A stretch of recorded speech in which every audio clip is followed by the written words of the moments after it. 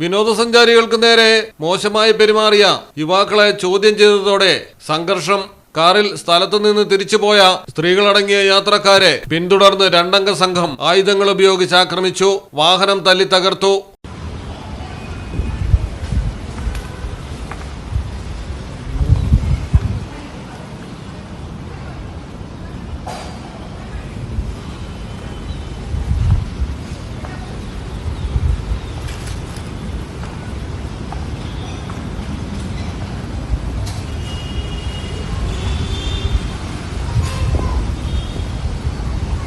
മഹാരാഷ്ട്രയിലെ നാസിക് ജില്ലയിലാണ് സംഭവം.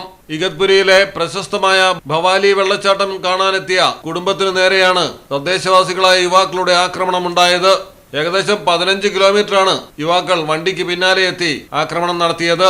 പ്രതികൾ ഗ്ലാസുകളെല്ലാം ഇരുമ്പ് വടിക്ക് തല്ലി തകർക്കുകയായിരുന്നു. വാഹനം പോലീസ് സ്റ്റേഷനിലെത്തിച്ച് പരാതി നൽകിയതോടെ പ്രതികൾക്കായി അന്വേഷണം ആരംഭിച്ചു. News desk Malayalam television.